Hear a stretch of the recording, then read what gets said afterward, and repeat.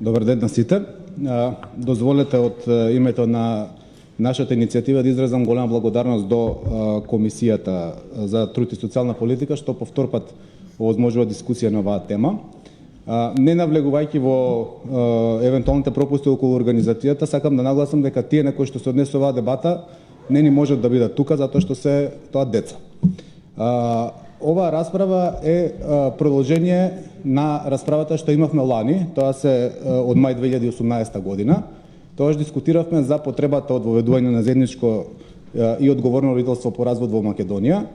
Едногласен заклучок на комисијата беше дека потребни се измени во Закон за семејство во таа насока. Тоа за нас беше мотив да сами со сопствени сили изработиме предлог законски промени. Меѓутоа, не спремивме само предлог законски промени, туку спремивме и уште два подзаконски акти со цел да евентуалниот нов закон не биде само на хартија. Тоа се предлог правилник за определување за изработка на родителски планови. Тоа е всушност правилник за определување на видување, документ што центрите за социјална работа со децении не го имаат, и уште еден правилник за определување на алиментација во склад со принципите на заедничко родителство. Пред да ги представам на кратко промените што ги предлагаме, сакам да нагласам неколку ствари. Прво, видовте, претпоставам во документите што ги циркулиравме, измените кои што ги предлагаме се детални, соопфатни и прецизни. Тоа е контра на сегашниот закон што го имаме, кој што е штур, кој што остава многу простор за секакви толкувања и за жал толкувањата се најчесто погрешни. Понатаму сакам да нагласам дека законските измени кои што сега ги гледате се врз база на компаративната анализа која што исто ја доставивме како дел од документацијата. Таа компаративна анализа беше побарана од нас, од Министерството за труд и социјална политика, за да постапи по иницијативата, и на нас, да речеме, многу добро ни дојде овакво за изработка на овие предлог законски промени. И во однос на компаративната анализа, сакам да нагласам, ако сте читале детално ќе приметите, има една разлика во законските промени ние што ги предлагаме. Тоа е во сите земји, сите одлуки во врска со контакт со децата, алиментација и така натаму ги носат судовите. Кај нас е тоа разделено помеѓу центрите за социјална работа и судовите. Цениме дека формирање на такви семејни судови, како што има во другите земји, е долга и скапа реформа, а нас не требаат промени веднаш. И затоа, наместо да предложиме формирање на такви семејни судови, ние предлагаме да телата кои што одлучуваат останат исти, на крај на крајшта не е битно кој ќе одлучува, битно е какви се одлуките, а за да одлуките бидат добри, предлагаме прецизен закон и прецизни правилници. Би се задржал на кратко на законските измени кои што ги предлагаме. Тоа се 9 главни точки. Во детали ќе бидат објаснети од стручните лица од иницијативата. Јас само би сакал да ги набројам. Првата и главна измена е укинување на доделување на децата на чување и воспитување само еден родител по развод. Ова е изворот на цела дискриминација и на сите проблеми во сегашниот закон. Наместо тоа, воведуваме дефиниција во склад со современите законодавства, што е заедничко, а што е самостојно вршење на родителско право, и во правна и во физичка смисла. Тука би сакал да нагласам две ствари. Во физичка смисла се воведува квантификација дека заедничко вршење на родителско право е кога секој од родителите поминува барем 120 до 180 дена годишно со своето дете. И има уште една битна одредба, тоа е дека заедничкото родителство се однесува на сите случаи, значи е правило, освен во исклучителни ситуации кои што ги набројавме во член 78 во нашиот предлог закон, а тоа се однесува на родители кои што не сакаат, не можат или не се подобни за вршење на заедничко родителство. Втората измена е воведување на семејна извршителска служба. Често слушаме од центрите за социјална работа дека немаат механизам како да ги спроведат своите решенија кога еден од родителите не се придржува до нив. Ова е убаво решено во многу земји. Постои таква семејна извршителска служба која што практично работи на терен, на лице место утврдува зашто во одредени ситуации некои решенија или спогодби не се почитувани и реагира соодветно на тоа. Третата измена е воведување на листа на надворешни советувалишта, каде што ќе се упатуваат задолжително сите парови кои што влегуваат во фаза на развод. Ова е многу битно затоа што во моментов не постои соодветна постапка со кој што би им се помогнало на луѓето кои што се разведуваат или да се помират или евентуално да постигнат барем договор за гледање на децата. Помирителната постапка во центрите за социјална работа е крајно проформа, нема резултати, спротивно на тоа приватната пракса во приватните ординации имаат успех и затоа треба да им се даде шанса да се внесе во системот целиот тој капацитет кој што постои надвор од системот. Четвртата измена се однесува на воведување нов второстепен орган. Практично наместо по жалбите да одлучува Министерството за труд и социјална политика се формира надворешна комисија составена од стручни лица. Ова е потребно за да се даде тежина на стручњаците наместо на гола администрација. Во моментов ние практично немаме каде да се пожалиме, затоа што од Министерството редовно добиваме еден те ист одговор, а тоа е дека центрите си ја завршиле својата работа, постапувајќи по процедурата, а ние воопшто не сме се жалеле на процедурата, се жалиме на решенијата.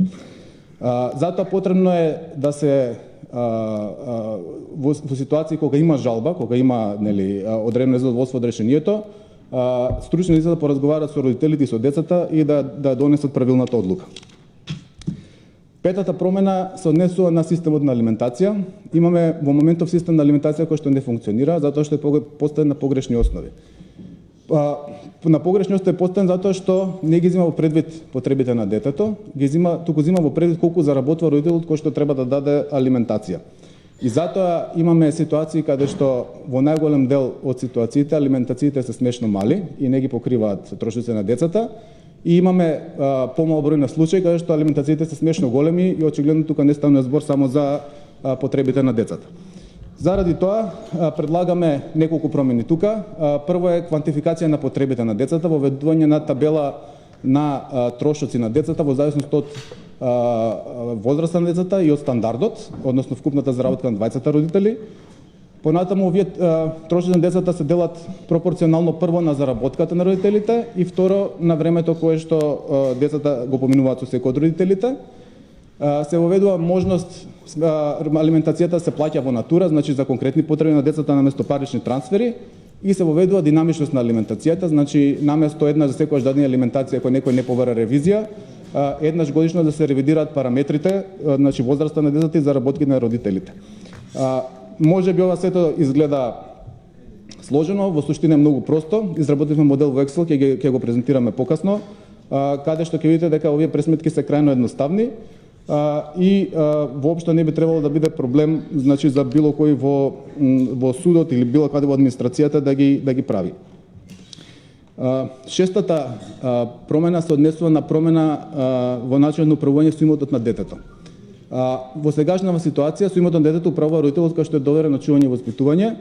Имаме типична ситуација ако сте штеделен име на детето, по развод, значи вие немате право веќе на тој штеден влог, има право другиот родител, многу често тие пари се подигнати и више нема доказ за што се потрошени, дали се за детето или не се, практично на тој начин тоа е некоја легална кражба.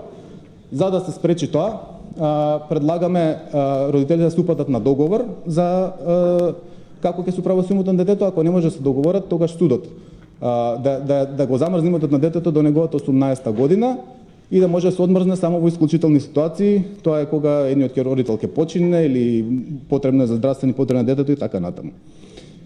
Седмата новина се однесува на лажните пријави за насилство, педофилија и други злоупотреби на децата. Предлагаме ваквите лажни пријави кога ќе се докаже дека се лажни да бидат основа за земање на родителско право. Може би изгледа екстремно, меѓутоа екстремни се и последиците од лажните пријавувања. Осмата точка се однесува на забрана за изнесување деца до 14 годишна возраст на период подолг од 30 дена без согласност на двајцата родители. Ова е за да се стави крај на сегашната несватлива пракса да кога еден родител, примарниот родител кога сака да се одсели, сака да го земе детето со себе, ако вториот родител секундарно не согласува, тоа центрите заземаат улога на суд и даваат решение најчесто да децата се одселат. Тоа е значи крајно по мене неверојатни решенија се тоа, затоа што прво државата директно допринесува за белата чума, за намалување на население, второ државата непосредно поддржува родителско оттуѓување, практично се прекинуваат контактите со вториот родител. Заради тоа, како што кажав, ќе објасниме во детали, предлагаме таа забрана за период над 30 дена за 10 до 14 годишна возраст. И деветата и последна промена е промена на постапката во центри за социјална работа. Да речеме, бараме тие постапки да бидат подемократски. Во моментов, значи, ги гледаме како на некој начин диктаторски. Практично не смеш да одиш со адвокат, нема записник, се може да се случи таму и немаш никакви докази. Затоа предлагаме тие среди да се снимат, да може да се оди со адвокат, да се доставуваат снимките и записниците до 20 родители и така натаму. За крај само да кажам дека од овие 9 измени за 3 имаат буџетски импликации. Тоа се семејни извршителни служби, уведување на листа на надворешни советувалишта каде што државата би плаќала за родителите кои што ги посетуваат и нов второстепен орган надворешна комисија. Се надеваме дека за овие 3 работи ќе се најде буџет. Слушаме редовно од Министерството дека секој дете е важно. Би сакал да нагласам дека доколку се прифати нашиот законски измени, практично држава доста заштедува и на изработка на новите закони, ние тоа сами го направивме. Ова го нагласувам затоа што дури во ситуација да во моментов нема буџет, нели сега треба да се дискутира буџетот следната година, и ако се усвои како пакет ова што го предлагаме ние, може да се имплементира едно по едно, затоа што за голем дел од овие работи што ги бараме воопшто немаат буџетски импликации. Се надевам дека позитивно ќе заврши целава дискусија. Едноставно во моментов во 21 век имаме закон од 20 век базиран на сваќање од 19 век. Време е тоа да се промени, време е војните меѓу родителите да престанат и не сме више да се дозволи да фрустрациите и проблемите на родителите бидат над интересите на децата. Затоа се надевам дека ќе после оваа дебата ќе следат законски промени со кои што ќе усреќиме многу пред се деца. Благодарам. Благодарам. Втор за дискусија во воводниот дел е господинот Драги Змијанат од Меѓаши. Повелете.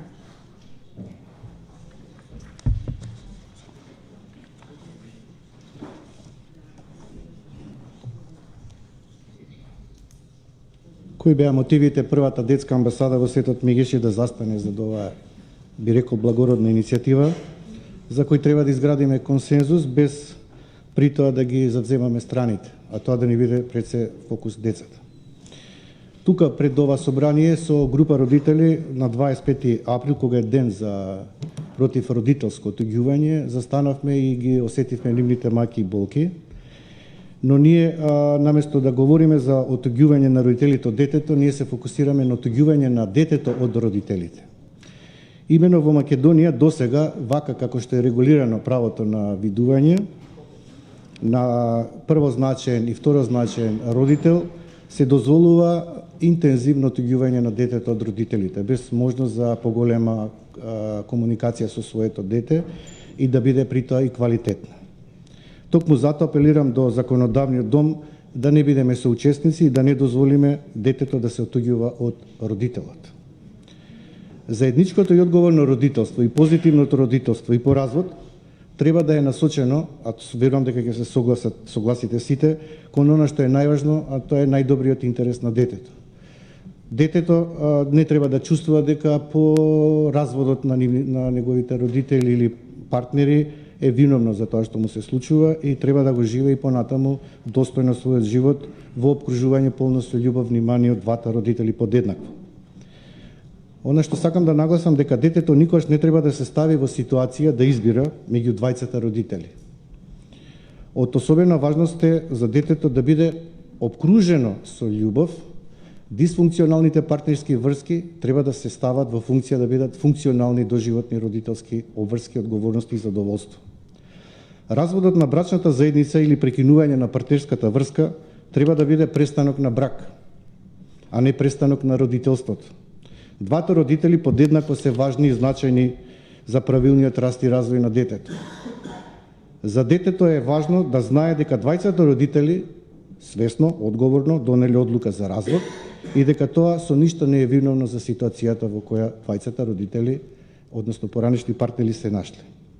Со оглед на тоа што оваа состојба носи доста прашања на детето, на децата треба да се најде прифатлив начин за нивната возраст и зрелост да им се представи ситуацијата. Нивните потреби да се стават во преден план и секогаш да се посветува внимание на емоциите на децата. Согласноста за заедничко вршење на родителско право, со која родителите на детето се согласуваат дека родителските права и обврски ќе ги извршуваат заеднички и со меѓусебно договарање, меѓу другото подразбира и утврдување на живеалиште на детето. Затоа што во психолошка смисла на зборот на детето има особено важност кој му е домот. Но детето подеднакво треба да го чувствува домот и кога е кај мама, со сите во обкружувањето и семејството на мама, но и кога е кај тато и со сите околу целото семејство на тато. Значи, оди кај мама, дома е кај мама, оди кај тато, дома е кај тато, независно од местото на живење во извод од Матична книга на родени. Со заедничкото и одговорно родителство по развод има голема можност да се зајакне и квалитетот во комуникација меѓу родителите, со цел да се намали и да се спречи травматското чувство кај децата поради разделбата на двајцата родители. Децата нема да имаат еден главен и еден спореден родител, тие тоа не го препознаваат. Прашајте ги, ќе ви кажат, нема за нив главен и спореден родител, нема прв и втор родител. Татковската љубов е посебна, мајчинската љубов е посебна, тие не се исклучуваат, го може да се надграда да бидат уште појаки за правилниот раст и развој на детето. Туку ќе продолжат да чувствуваат еднаква љубов и по разводот на родителите од двата родители, без оглед на разводот, двата столба врз кои се гради личноста на детето, се уште ќе биде присутен во неговиот живот.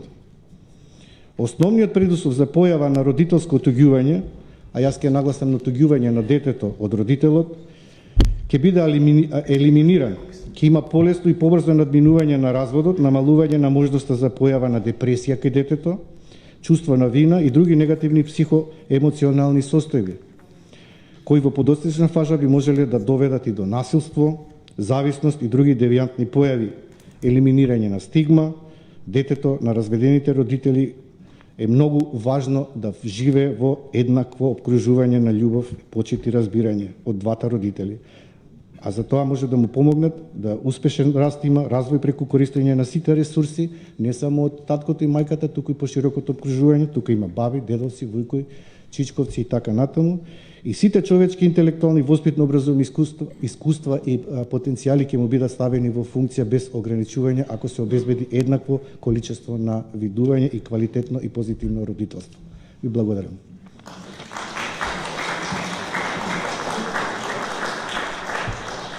Благодарам. Следен за дискусија е господинот Драги Целевски, државен советник во Канцеларијата на Народниот правобранител. Повелете. Благодарам. На почетокот дозволете во името на Канцеларијата на Народниот правобранител да ве поздравам и да се заблагодарам на можноста што можам денес на оваа јавна расправа на темата законски измени за воведувањето на заедничкото родителство по разводот да го изнесеме и нашиот став. Во контекст на поддршката, значи, на ова иницијатива и заложбата за восстановување на заедничко родителство, најпрво, накратко би сакал да ве запознам со искуствата на институцијата од каде што доаѓам, според податоците од предметното работење. Имено, согласно својата надлежност, значи, Канцеларијата на Народниот правобранител постапува по предмети од различни области. Една од тие области е областа на детските права. Значителен е бројот на преставки поврзани со семејните права и под областа лични контакти со родител, роднина, право на издршка и старателство. Според статистички податоци кои може да се видат и на нашата веб страна и се содржани во годишните извештаи кои се предмет на расправа и во Собранието на Македонија. Во последните 4 години, например, во 2015 година, од вкупниот број 4403 предмети на областа детски права биле потпаѓале 158 предмети, а од тие 42 предмети се однесувале на личните контакти со родител роднина, односно 26,58%. Во 2016 година од вкупните предмети по кои работела институцијата Народен правобранител 3775, 106 предмети се во областа на детски права, а 36 предмети во под областа лични контакти со родител и роднина. 2017 бројот на предмети од областа детски права е 119, а 42 предмети се однесуваат на семејните права, односно под областа лични контакти со родител роднина, односно 35%, 35,29%. Од 2018 година, од вкупниот 3458 предмети кои биле во работа, во институција 153 предмети се од областа на детски права, а 52 предмети се во подобласта на лични контакти со родител. И заклучно со месец октомври оваа година, од 2889 предмети, 214 се од областа на детските права, под областа е лични контакти со родител и роднина, досега застапено со 32 предмети, односно 14,95%. Во предметите од оваа област, кога имаме поплаки од страна на еден од родителите или од роднините со кој детето не живее, Народниот правобранител спрема центрите за социјална работа, спрема Министерството за труд и социјална работа и кон јавните установи за вршење надзор, презема действија се со цел да се почитува правото на одржување на лични односи и непосредни контакти на децата со родителот, укажувајќи дека истото единствено може да биде ограничено само ако е во спротивност со најдобриот интерес на детето. Во некои случаи, покрај континуираните укажувања, препораки и слично, по преземените мерки центрите за социјална работа не успеваат да ги ревоспостават прекинатите контакти на детето со родителот, ниту да влијаат на подобрување на односот меѓу родителите. Нетрпеливоста, меѓусебниот реваншизам и некомуникацијата на родителите, односно поранешните сопружници, представува ненадминлива пречка за детето, непречено да ги остварува своите права. Од предметното работење, покрај присуството на меѓусебните обвинувања помеѓу родителите за тоа кој е посовесен родител, се добива впечатокот дека детето се користи како инструмент за меѓусебно одмаздување помеѓу поранешните сопружници, занемарувајќи ја една од главните обврски на разведените родители, грижата за детето. Меѓутоа и покрај континуираните активности на Народниот правобранител на овој план, присутен е впечаток дека нема значителен напредок во однос на ефикасноста во работата на центри за социјална работа за следење на вршењето на родителското право и реализацијата на нивните решенија за видување, со што правото на детето да одржува лични односи и контакти со родителот со кого не живее и понатаму првенствено зависи од волјата на родителот со кого детето живее. Можеби затоа е добродојдена оваа иницијатива за заедничко родителство по разводот, односно со право се наметнува потребата со законски измени поконкретно да се уреди ова прашање и на тој начин да се подигне на повисок степен остварувањето на родителското право, како и одговорноста на родителите во грижата на заедничкото дете. Имено во услови кога присутна е состојба поради немање на конкретен акт, центрите за социјална работа постапуваат при определување на видувањата и контактите на детето со родителот со кој не живее. Оценка е дека со измена на законот треба да се создаде основ кој ќе го поврзе правото и најдобриот интерес на детето и секако ќе создаде патоказ за грижа на двата родители за своето дете. Со создавањето на ваков правен основ нема да се намали улогата на центрите за социјална работа, меѓутоа ќе се воспостави еден режим за еднакво преземање на обврската за грижа и воспитување на детето врз основа на утврдени критериуми за следење и однесување.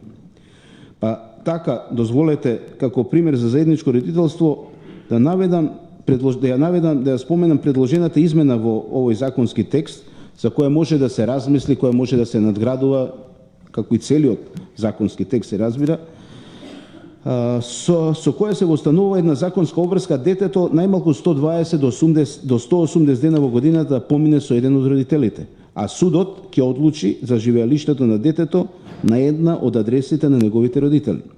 Ова обврска нема да се применува, исто така е содржано, доколку еден од родителите не е подобен за одгледување на детето, поради определени причини, да пример душевна болест, зависност од опијати и така натаму, или доколку еден од родителите писмено трајно се откаже од одржување на лични контакти со детето. Во оваа прилика сметам за потребно да се истакне дека кон потребата од воспоставување на заедничко родителство покрај измените во Законот за семејство упатува и резолуцијата на Парламентарното собрание на Советот на Европа 2079-205 со која се нагласува еднаквоста и споделената одговорност на родителите по разводот. Со овој акт помеѓу другото се прокламира дека спроведената родителска одговорност и целосното вклучување на двајцата родители во одгледувањето и воспитувањето на нивното дете е неопходно за развојот на детето.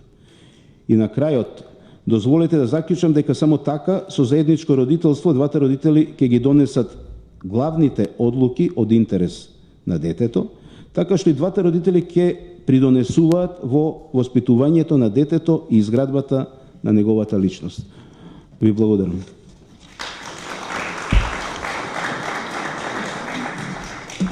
И благодарам и вам.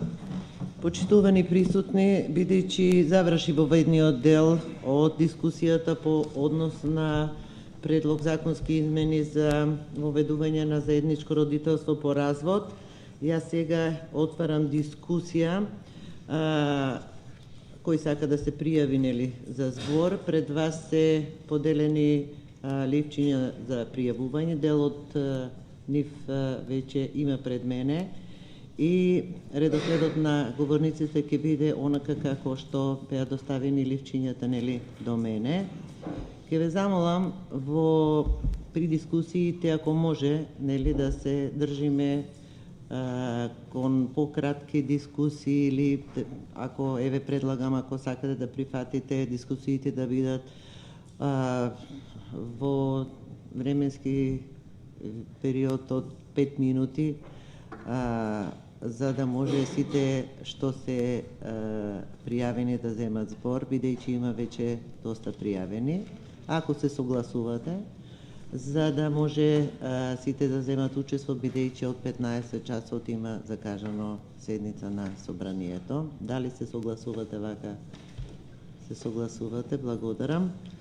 Тогаш да почнеме со дискусија. Прв пријавен за дискусија е госпоѓата Славица Кнежевиќ, Институт Алтернатива. Повелете. Благодарам. Посебно се чувствувам привилегирана да